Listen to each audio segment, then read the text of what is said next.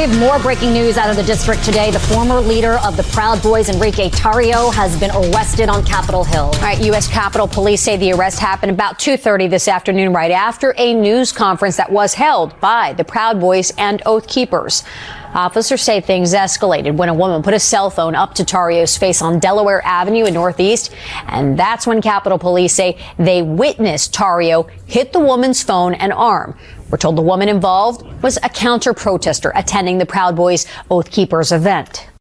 Welcome to the Ken Harbaugh Show. My guest today is Pam Hemphill, who participated in the January 6th riots. She was charged, convicted, spent time in prison, but has since been one of the most outspoken advocates for democracy, for accountability, defending the Justice Department. She has held signs on street corners in Boise, Idaho, a pretty red city and a pretty red state, and flown the flag of democracy and freedom. She's an inspiration to me, and I suspect millions of others, certainly most of the people who watch this show. But Pam, you're paying a price for it, because after the pardons, which you rejected, if I'm correct, you're one of two people who rejected Trump's pardons for their activities on January 6th. And that made you a target for many of those extremists who accepted the pardon and who are now out. Can you give us that update? I have, everybody, as far as I know, has received that little certificate of pardon from Trump. I haven't received one. The only way I knew that I had been pardoned is because my probation officer had texted me and said, I'm done, you know. I said, no, I'm not. I'm going to keep reporting to you because I don't want this pardon. You know what I mean? It's like having a bug on you. You want to get it off. It's like, don't give me no pardon. I don't want to be a part of their narrative. Ken? Tell me how that has drawn a target on you from the folks who did accept the pardon and who are now out, you know, raising hell. I mean, we've been tracking some of the insurrectionists who got out. At least one of them is already dead, shot in a standoff with police. These are not the good people President Trump characterized them as, and they have been coming after you in just the last few hours, right? Right. And, you know, Tarrio did get 22 years because he was just playing around, right? So his case was serious. He's a very dangerous man and very ill. They're all very ill. But what's important, it's like a little fire in the kitchen. And if you put it out right away, you're not going to, the whole house won't go on fire. So what I've been doing for a year and a half, and I'm not stopping. When they put out their lies, I put the fact, not an opinion or, you know, it's what the arrest was really about, because they deny everything. Even Ryan Sampson says, well, I didn't harm nobody, you know.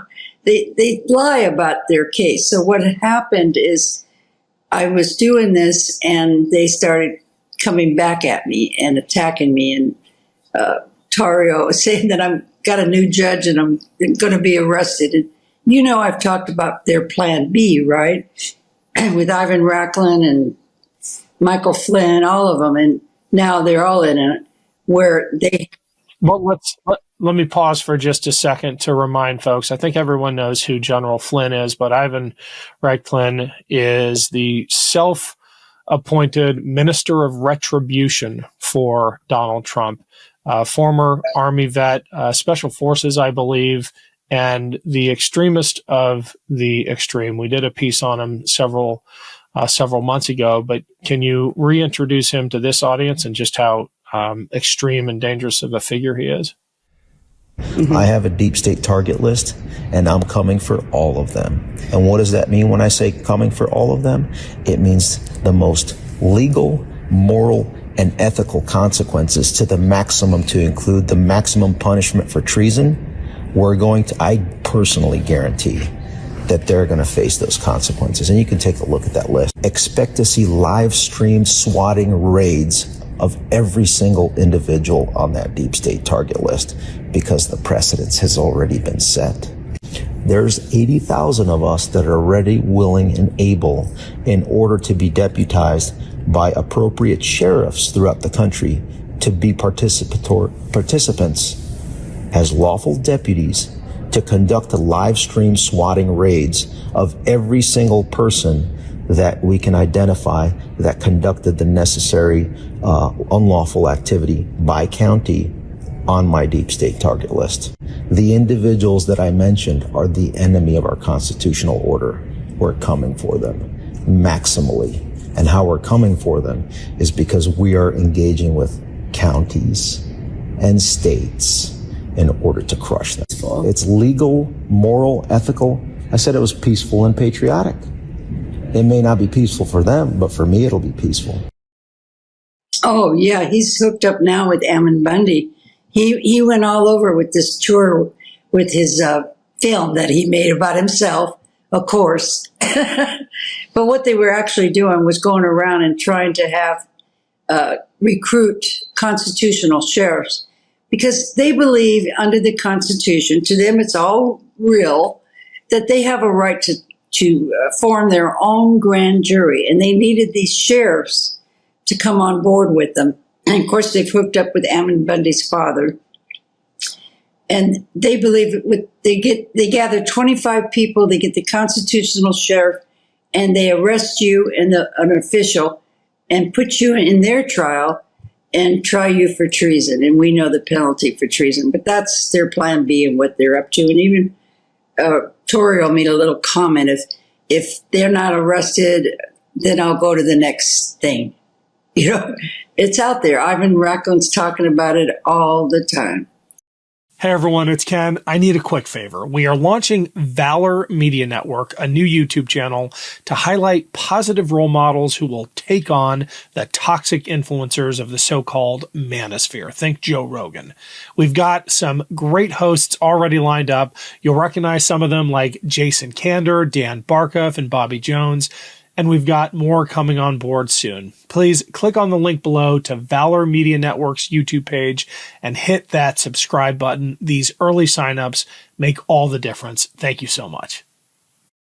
We are so accustomed to referring to this as vigilante justice. What makes this so much scarier in the present moment is that it has the power of the federal government behind it, potentially. I mean, they're no longer vigilantes if, say, they've been deputized by the president. They're one step closer to that, having been, some of them being pardoned. But would you be surprised if the federal government actually takes steps to endorse this kind of, air quotes, justice?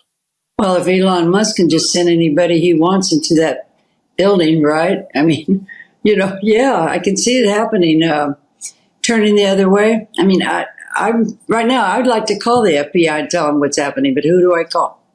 Who would I talk to about this? Well, that's a great point, because not only do you have Kash Patel running it, we just got word that Dan Bongino, who was a punchline 2 weeks ago, right? This guy has been a joke in any serious conversation about law enforcement, and now he's number 2 over there at FBI. It really is a clown show, except, you know, that old saying, even a clown with a flamethrower still has a flamethrower. It's bad. Yeah, they're tagging them. They're tagging Kash Patel about me right now. So, I mean, wait, explain. What do you mean? Well, when they're making a post to me and putting me down and yelling at me, saying terrible things, they make sure that they tag in Kash Patel, and I hope that's they're tagging. So they're making sure Kash Patel sees this. So you're not just on Enrique Tarrio's list. You could well be on the FBI's list. Yeah. Wow. Are you able to share? I've seen them, but I'm wondering if we could put up some of those exchanges, those text exchanges. We'll cover your number if it's showing. But the Proud Boys have you in their sights, and what is it about a 70-something-year-old former MAGA granny, your term, that scares them so much? Because they have to. Go ahead. Well, I'm changing their narrative. They know I have the facts, and I have the facts. All their lies. The Capitol Police opened the doors. We know that. It's not true. And it's been documented and proven. Bolin, Joanne Bolin, we know they stepped all over her and killed her. It wasn't the Capitol Police officers. So they know my narrative is changing theirs. It can change theirs because, what they've done is over and over lied, right, about January 6th, over and over, of course, starting with Trump. So I'm going over and over to say I'm doing the same thing they are, but I'm putting out the facts about January 6th. And they know it's the truth.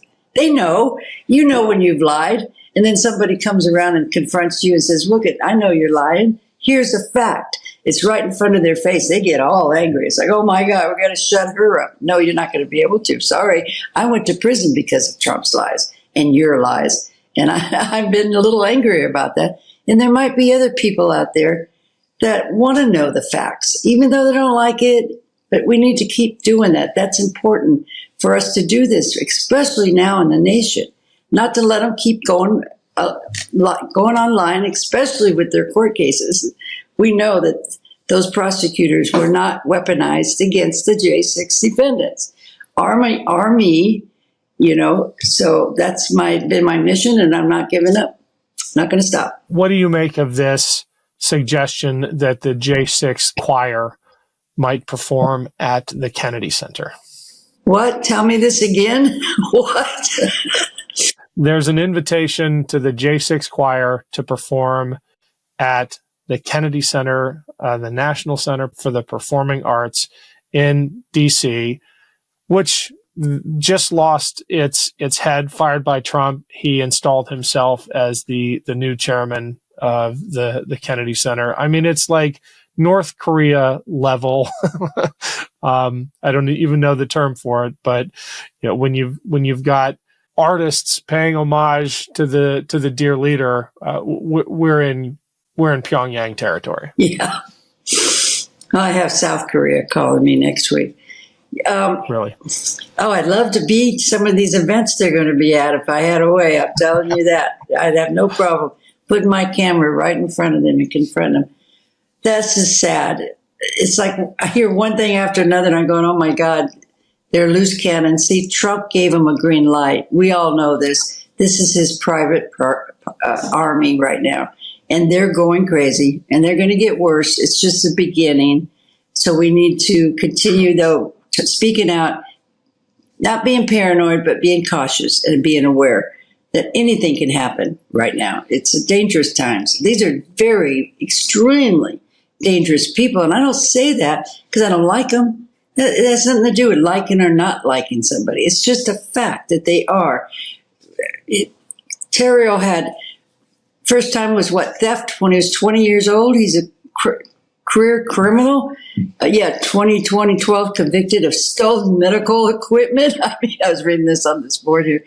The list goes on. Ryan Samsel, oh my God, he's arguing with me right now that he didn't harm that officer that he pushed down and became unconscious. They just keep lying about everything. So they're capable of doing anything right now. And that's what's frightening. Well, Pam, please take care of yourself. We'll be checking in with you often. Thank you for telling the truth. Thank you.